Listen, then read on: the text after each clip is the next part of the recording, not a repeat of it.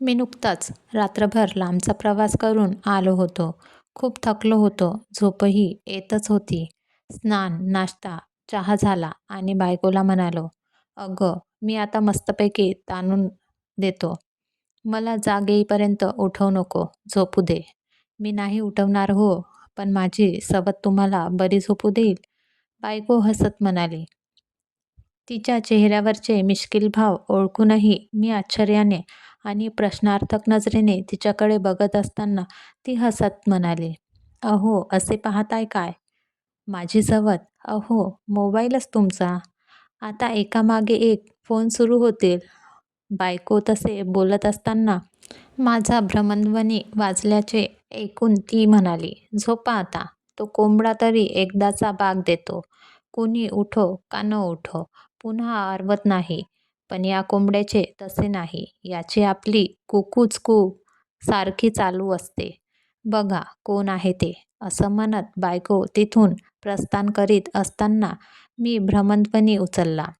अनोळखी क्रमांक होता. मी उचलून म्हणालो, "हॅलो, कोण बोलतंय?" पलीकडून उलट प्रश्न आला.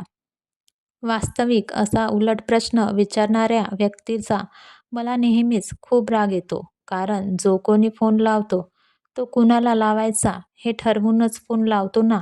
उचलला फोन, जुळवला क्रमांक असे तर होत नाही. स्वतः फोन करून असा उलट प्रश्न विचारणाऱ्या अनेकांना अनेकदा फोनवर झापत असतो. खरडपट्टी काढत असतो. पण त्या दिवशी आलेल्या फोनवरील माणसाचा मला राग आला नाही. कारण त्या आवाजातील कंप, थरथर मला स्पष्ट जाणवत होती.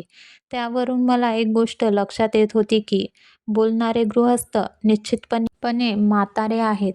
त्यामुळे मी त्यांच्यावर नेहमीप्रमाणे रागवलो नाही, चिडलो नाही. उलट का कोण जाणे, मला त्यांच्याबद्दल एक प्रकारचा आदर निर्माण झाला.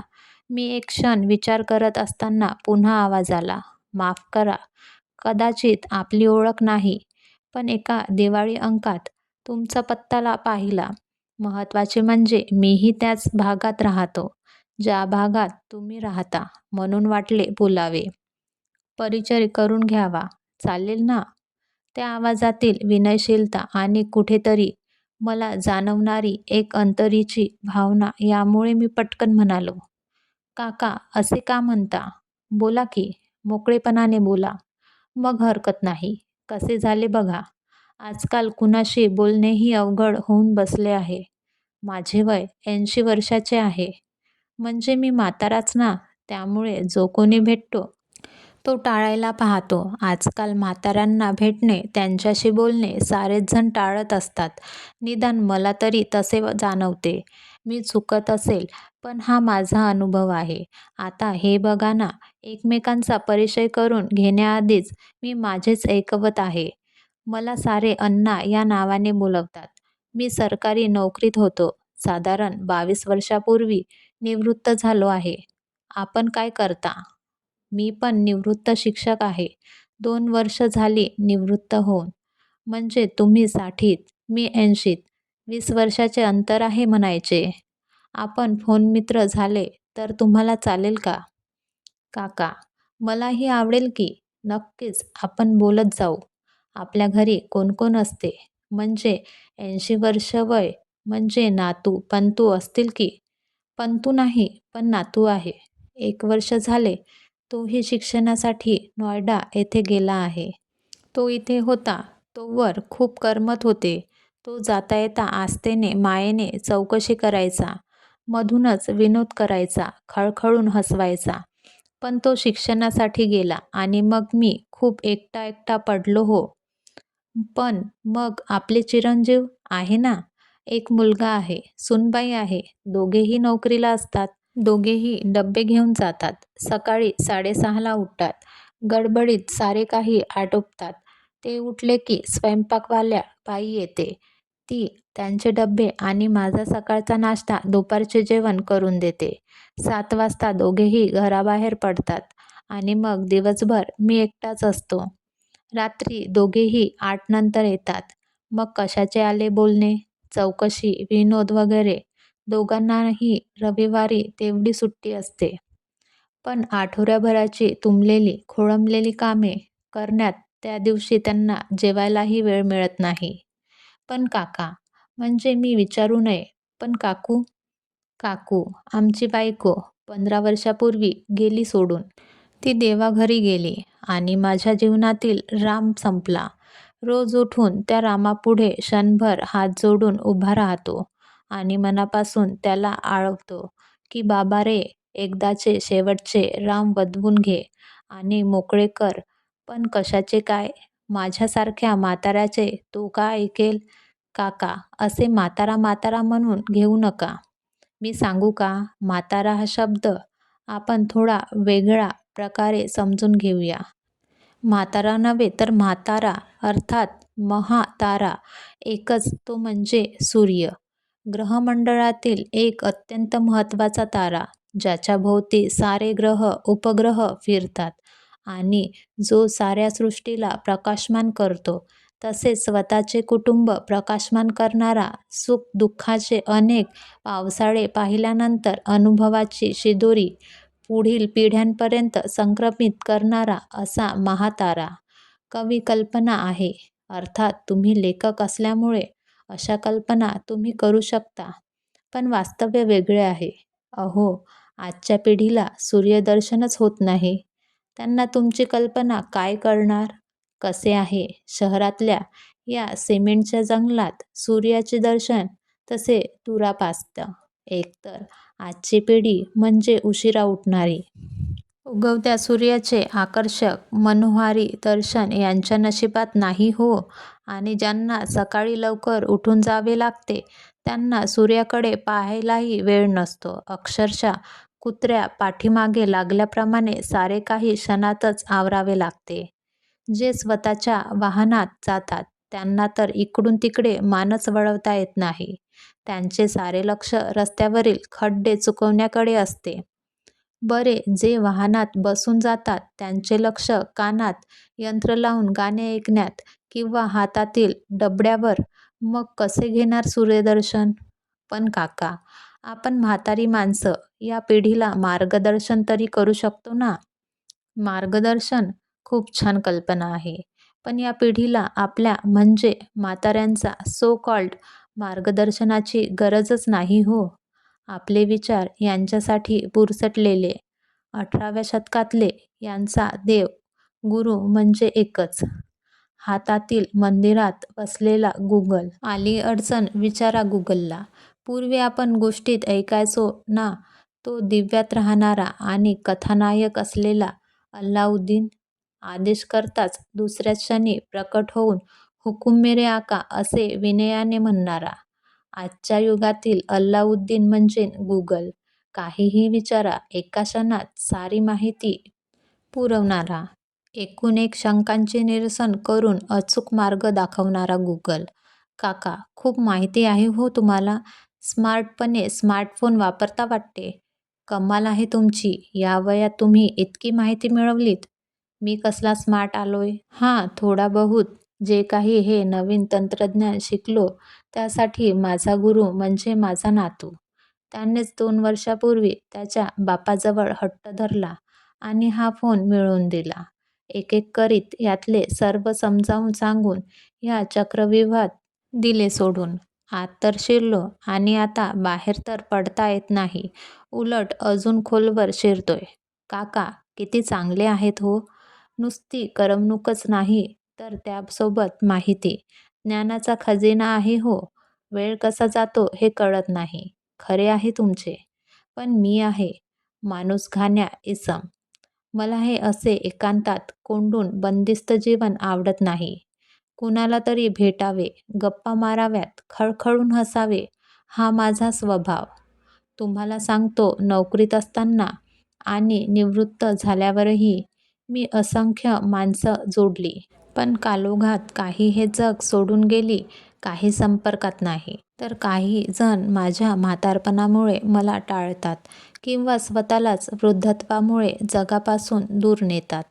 काय करावे सुचत नाही. दिवसभर टीव्ही नाही तर हा फोन नुसता कंटाळून गेलोय बघा. स्वभाव मुळात चौकशी करण्याचा, नवीन काही जाणून घेण्याचा आहे. पण इतरांचे सोडा, पोटचा मुलालाही मी केलेली चौकशी पटत नाही, आवडत नाही, नसत्या चौकशा असे लेबल लावून मोकळा होतो. दिवसभर तर दोघे घराबाहेर असतात, पण घरी आले की दोघेही खोलीत कोंडून घेतात. जेवणापुरते डायनिंग टेबलवर एकत्र येतो. तेही जणू एखाद्या हॉटेलमध्ये अनोळखी माणसांनी एका टेबलवर बसल्याप्रमाणे. फार तर काय म्हणतात, "कशी आहे तब्येत?" बस, एवढाच काय तो संवाद. बोलण्यावरही सेन्सॉरशिप. कंटाळा आलाय हो. आपण एखादा 2 शब्द बोलावा, तर मान हलवून किंवा हां, हूं करून प्रतिसाद देणार. आमची बायको होती ना, त्यावेळी तिला ऐकवत होतो माझे प्रवचन. तीही बिचारी न कंटाळा करता, न थकता माझी बडबड ऐकून घेत होती. अर्थात तिचाही नाईलाज होता. तिला तरी दुसरी काही करमणूक नसायची. मला देवधर्माची जास्त आवड नसल्यामुळे ती पण जास्त देवदेव करीत नसे. ती गेली आणि माझ्या करमणुकीवर, बडबडीवर निर्बंध आले हो. काका, मला वाटते काही निर्बंध तुम्ही स्वतःच स्वतःवर घालून घेतलेले दिसत आहेत. अहो, पुढचा मुलगा आहे तो. आजच्या या जीवघेण्या विकृत स्पर्धेत टिकण्यासाठी त्याला दिवसभर स्वतःला गुंतवून घ्यावे लागते. मला सांगा, दिवसातले 12-14 तास घराबाहेर राहिल्यानंतर त्यांची शारीरिक, मानसिक स्थिती कशी असणार? हे सर्वत्रच घडत आहे. त्याला नाईलाज आहे. हेही एक चक्रव्यूहच आहे. त्यात जाता तर येते, पण नंतर इच्छा असूनही बाहेर पडता येत नाही. पडू शकत नाही. विकृत असले तरीही आजचे जीवनमान हे असे राहणारच आहे. ते बरोबर आहे हो, मलाही समजते. पण उमजत नाही हो, काय करणार? असे बंदिस्त कैद्याप्रमाणे जीवन नाही जगू शकत हो. जाऊ देत. आपली ओळख नसतानाही मी तुमचा खूप वेळ घेतला. ते म्हणतात ना, "जानना पहचान, मैं तेरा मेहमान." बरंच काही बोललो. पण काय करणार हो? खूप दिवसांनी कुणीतरी ऐकून घेणारा भेटला. राहावले नाही हो. शक्य झाले तर मला माफ करा. कुणाचा फोन आला होता हेही विसरून जा. जाता जाता एक विनंती करू का? काका, असे काय? एक मिनिट. आपल्या वयात 20 वर्षाचे अंतर आहेच. शिवाय तुम्ही मला काका म्हणताच आहात. तर एक काम करता का? काका, निसंकोचपणे सांगा ना. आनंद झाला तुमच्याशी चर्चा करून. माझी एक विनंती आहे. एकदा, केवळ एकदाच मला काका न म्हणता. काय झाले बघा. बाबा ही हाक ऐकून खूप वर्ष झाली हो. म्हणजे मी विचारले वर सांगितल्याप्रमाणेच माझा आणि मुलाचा संवादच थांबलाय हो. नाही, मी इथे खरेच सुखी आहे हो. कशाचीही कमतरता नाही. त्याच्या धावपळीत, गडबडीत तो एखादा दुसरा शब्द बोलतो. त्याच्याही मनात माझ्याबद्दल नक्कीच प्रेम आहे. पण मी बाबा ही हाक ऐकण्यासाठी तळमळतोय हो. ज्या काळात त्याचे लग्न झाले, त्या काळात सासऱ्याला आजच्याप्रमाणे बाबा म्हणायची पद्धत नव्हती. त्यामुळे सुनबाईही बाबा म्हणत नाही हो. तेव्हा एकदा मला बाबा म्हणून हाक मारा ना. प्लीज, माझी एवढी मागणी पूर्ण कराल? प्लीज. काका व बाबा? बाबा, मी म्हणत असतानाच अचानक पलीकडून हुंदका दिल्याचा आणि ध ध धन्य झालो असे म्हणत ते एकदम शांत झाले आणि दुसऱ्याच क्षणी कशाचा तरी आवाज ऐकू आला. मला वेगळी शंका आली. मी 5-6 वेळा हॅलो हॅलो करत राहिलो. मी भ्रमणध्वनी बंद करून अस्वस्थपणे सोफ्यावर बसून राहिलो. काही क्षणातच बायको तिथे येत म्हणाली, "काय झाले हो? झोपणार होतात ना?" म्हणे, "ताणून देणार होतात ना? आता काय झाले?" बोलताना तिचे लक्ष माझ्या चेहऱ्याकडे गेले आणि तिने काळजीने पुन्हा विचारले, "काय झाले? तुमचा चेहरा असा काय झाला? कुणाचा फोन होता? सारे ठीक आहे गं." असे म्हणत मी तिला आलेल्या फोनबद्दल सारे काही सांगितले. ते ऐकून ती म्हणाली, "अहो, विसरून जा. नात्यातला ना गोत्यातला. त्याचा काय एवढा विचार करायचा नाही गं. असेल दूरचा, नसेल नात्यातला, पण होता प्रेमाचा, हक्काचा. होय, काही क्षणातच त्याने प्रेमळ हक्काने माझे मन तर जिंकलेच, पण माझ्याकडून बाबाही वदवून घेतले. काय ऋणानुबंध असतील कळत नाही, पण कशी वेगळीच मनस्थिती झाली गं. झोपच उडाली माझी. अगं, अगं असेल तर नसेल ना गं. बोलताना त्यांना अत्यानंदाने चक्कर तर आली नसेल. ते अहो, असे काही नसेल. जाऊ द्या. तुमच्यासाठी तुमच्या आवडीचा कडक चहा करून आणते. असे म्हणत ती आत गेली आणि मी सोफ्यावर मान टेकवून बसलो. बाबासोबत झालेले संभाषण मनातल्या मनात पुन्हा पुन्हा ऐकत होतो. जणू शब्द न शब्दाचे रवत करत होतो. चहा घेऊन मी लोळत पडलो. झोप तर लागली नाही. पण एका अस्वस्थतेत मी तळमळत पडलो होतो. कदाचित शेवटी थोडा वेळ डोळा लागला असेल, पण लगेच भ्रमणध्वनी वाजला. त्यावरील क्रमांक ओळखीचा वाटला आणि पाठोपाठ माझ्या तोंडून आवाज आला, "बाबा." बाबाचा फोन. थँक्स गॉड, माझी शंका खोटी ठरवलीस, म्हणत मी फोन उचलला.